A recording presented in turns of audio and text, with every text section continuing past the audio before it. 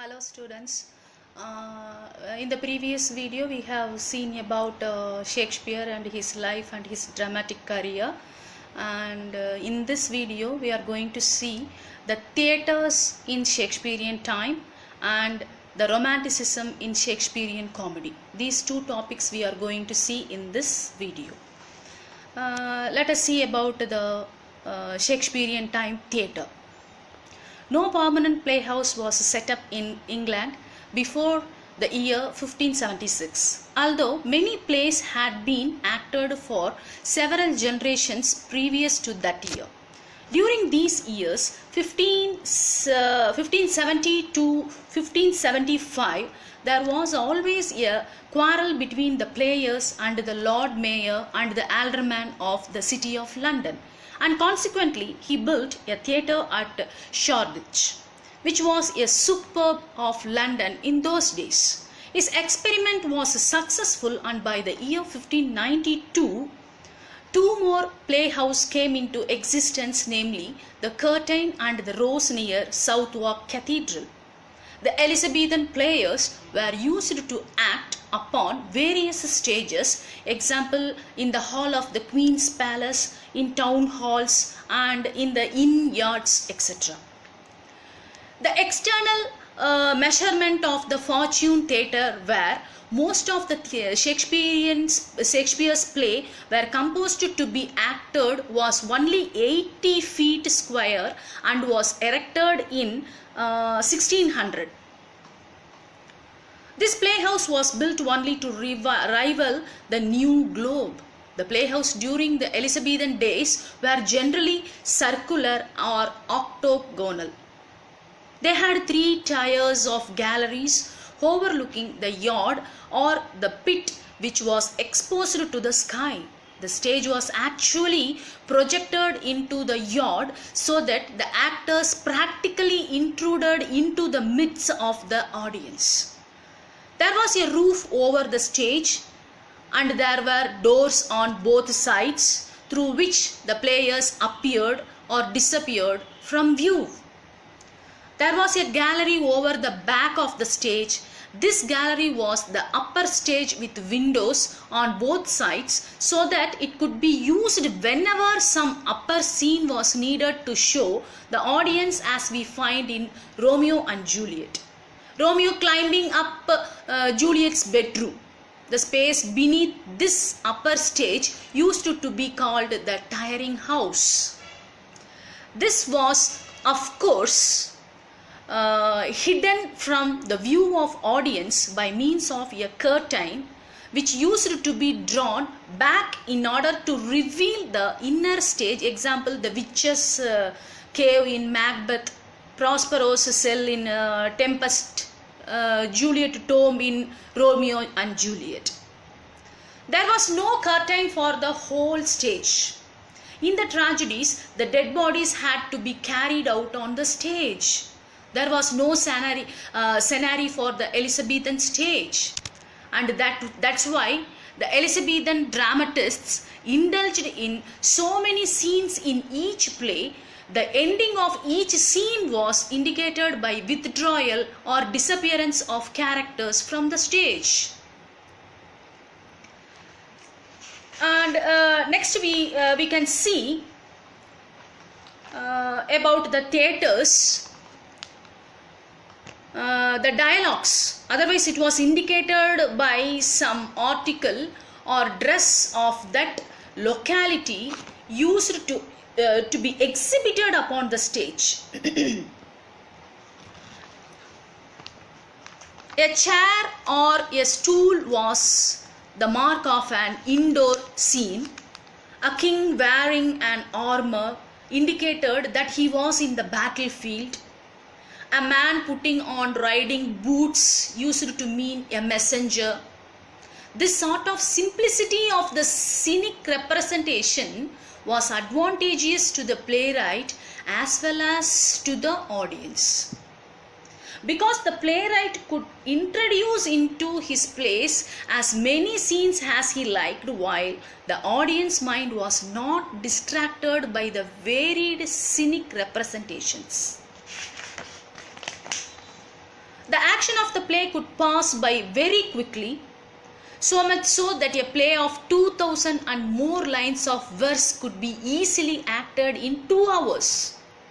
As the actors were very near to the audience, because the stage jutted into the midst of the audience, even the slightest refinement in the voice and gesture of the actors could be noticed and appreciated by the audience. But then this was an advantage as well as a disadvantage. Even theatrical company of Elizabethan days was more or less a fellowship of players who were also partners and sharers. Generally, each company consisted of 10 to 15 full members with 3 or 4 boys who played mostly female role, and there were also a few paid servants belonging to the company. The chief actor in Shakespeare's company was Richard Burgage, who made himself prominent by playing first the role of Richard III. It was for his actor that Shakespeare wrote his great tragedies. The clown or low comedian was an important member of the comedy. In Shakespeare's company, William Kemp played the role of the clown from 1594 to 1600, after which Robert Armin stepped role of the clown from 1594 to 1600, after which Robert Armin stepped role of the stepped into the shoes of William Kemp. There was no woman player during Shakespeare's time, and so the female role used to be played by boys. That is the reason for the absence of girls in Shakespeare's time. So this is it. Next we pass on to the romanticism in Shakespearean comedy, or the romanticism of Shakespearean comedy. Shakespeare's comedies are regarded by all critics as romantic comedies, particularly when the scenes are laid with a romantic background and the atmosphere in them is filled with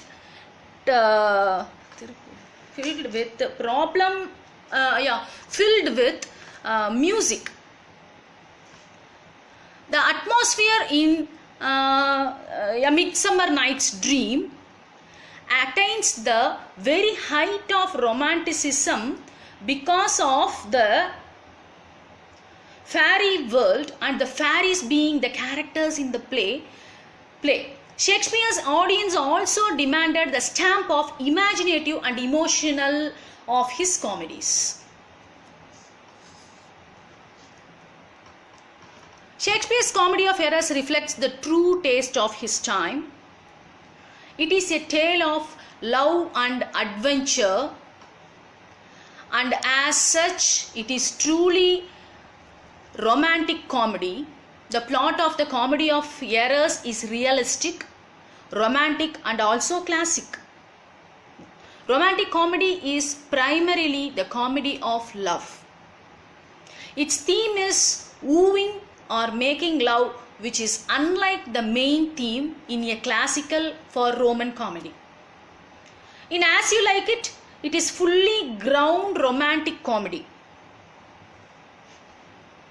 Ben Jonson has sarcastically remarked about the romantic comedy that to the Elizabethan audience, a lover and his lass or lord and his lady were the most absorbing creatures. Their comedies required a duke to be in love with a countess, the countess to be in love with the countess's waiting maid, so that there may be nothing but cross currents of lovemaking throughout the play.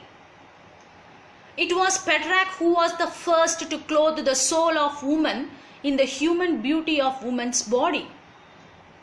The most alluring theme of the modern comedies was youth in love, which gradually superseded age in love. H.B. Charlton remarks in his connection, It seemed a simple matter merely to lift the romance bodily on the comic stage. The whole history of Elizabethan comedy is a tale of the reluctance of comedy to compromise itself with romance. Not realizing his difficulties, Shakespeare set down his heartedly to write a romantic comedy, The Two Gentlemen of Verona. Yes. In its first intention, Elizabethan romantic comedy was an attempt to adapt the world of romance and all its implications to the service of comedy. The Two Gentlemen of Verona shows that intention at its crudest. In the story of it, there are all the main marks of the medieval tradition, as that tradition had been modified, elaborated and extended by the idealism of Petrarch and by its essence collaborated, rather altered by the modifying factors. Shakespeare's plays embodies a literary manner and a moral code. Its actions are conducted according to conventional etiquette and determined by a particular creed. And every feature of it in matter and in sentiment is traceable to the romantic attitude of it in matter and in romantic attitude of man and woman. It presents as its setting a world constituted in such fashion that the obligations and the sanctions of its doctrines could best be realized. The course of the whole play is determined by the values such doctrine attaches to the love of man and a woman. Romance and not comedy has called the tune The Two Gentlemen of Verona and governed the direction of the action of the play. That is why its creatures bear so little resemblance to men of flesh and blood. Lacking this, they are scarcely dramatic figures at all, for every form of drama would appear to seek at least so much of human nature in its characters. But perhaps the characters of Two Gentlemen of Verona are comic in a sense which at first never entered the mind of the maker.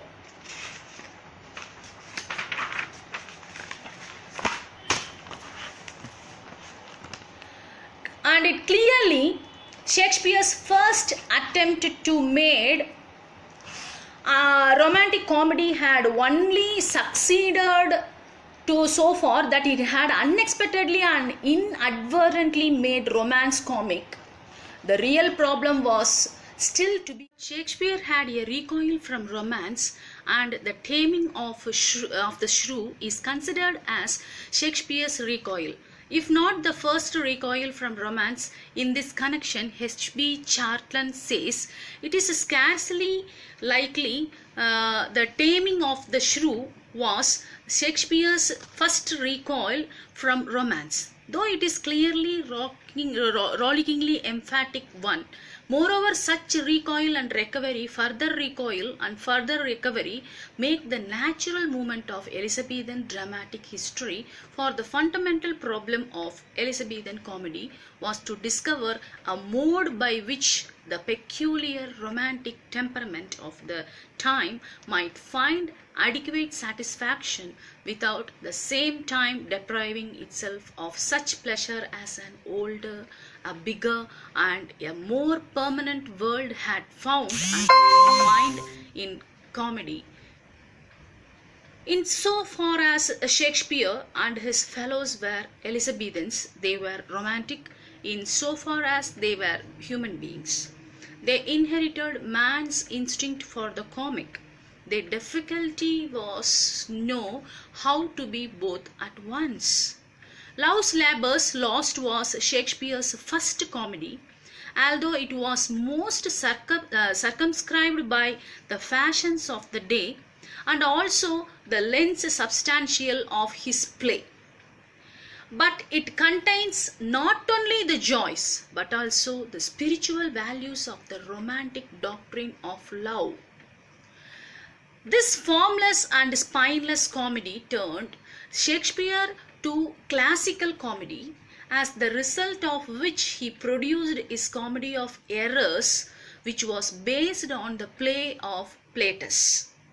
But doing so, Shakespeare was merely reproducing the comedy of modern Europe, which had been already established by the French and the Italian pioneers in the field and followed by the English producers of Shakespeare.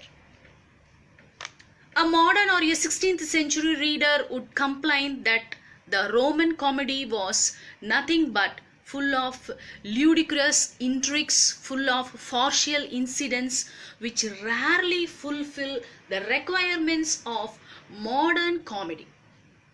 But we should not forget the chief interests of the Roman were social and civic, because the Romans were essentially men of the world and they were more interested in the problems of conduct than in metaphysical speculations. Measure for measure, all wills and end, and the Troilus and Cressida are regarded by the critics as the dark comedies.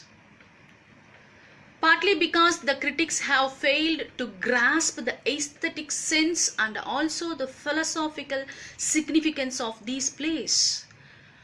Of course, these plays are more imperfect dramatically speaking than the all other comedies of Shakespeare, probably because Shakespeare's imaginative faculty is not so intense or active in these as in some of his other comedies. According to a few critics, these three plays are to be considered as problems plays, chiefly because Shakespeare's intellect comes into play more than his imaginative faculty in these three plays.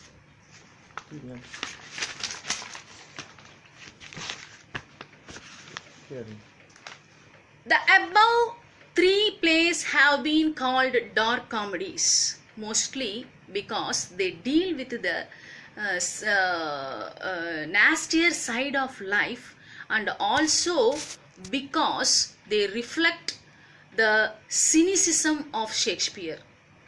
It was up to year 1600 that Shakespeare genius turned most easily to comedy, and it culminated in the production of his best comedies such as Twelfth Night, As You Like It, and Much Ado About Nothing.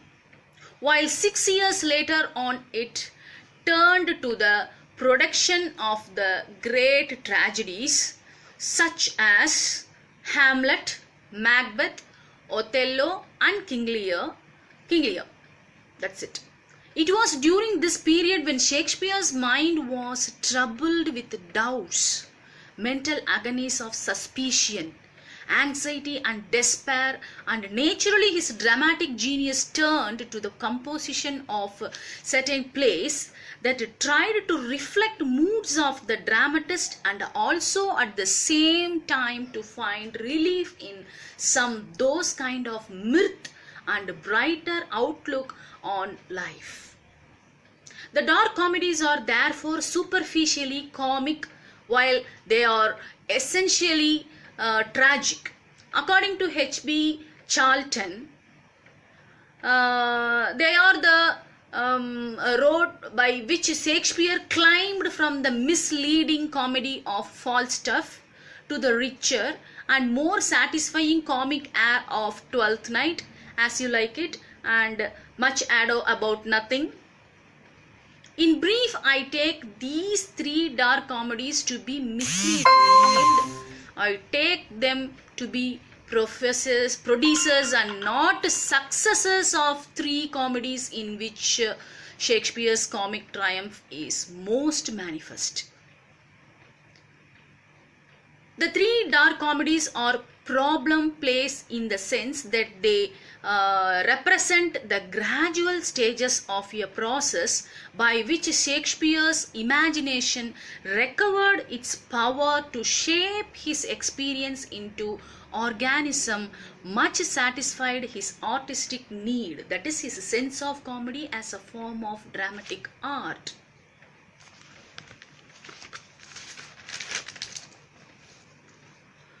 Much Ado About Nothing, Twelfth Night, and As You Like It. It is regarded by most critics as Shakespeare's greatest triumph in comedy, in which Shakespeare's comic idea attains its perfect form, and such also reflects Shakespeare's vision of the highest happiness of men and women in this world. These plays are the best examples of the characteristically Elizabethan kind of romantic comedy, which satisfies the romantic and the comic instincts of Elizabethan audience and at the same time satisfies the Elizabethan aesthetic demand for a drama. These more plays of Shakespeare, such as Cymbeline and Winter's Tale and The Tempest, which are called romances, can be regarded also as comedies, but surely they cannot rank with Twelfth Night, Much Ado About Nothing, and As You Like It, because although they may be much superior to other plays in poetry, yet they are much inferior to the three romantic comedies just mentioned from the dramatic point of view. There is some difference between classical comedy and Shakespearean comedy. The main characters in Shakespearean comedy inspire our admiration and excite so hatred or contempt, nor do they tempt us anyway to laugh at them, but on the other hand, they make us feel happy in their company.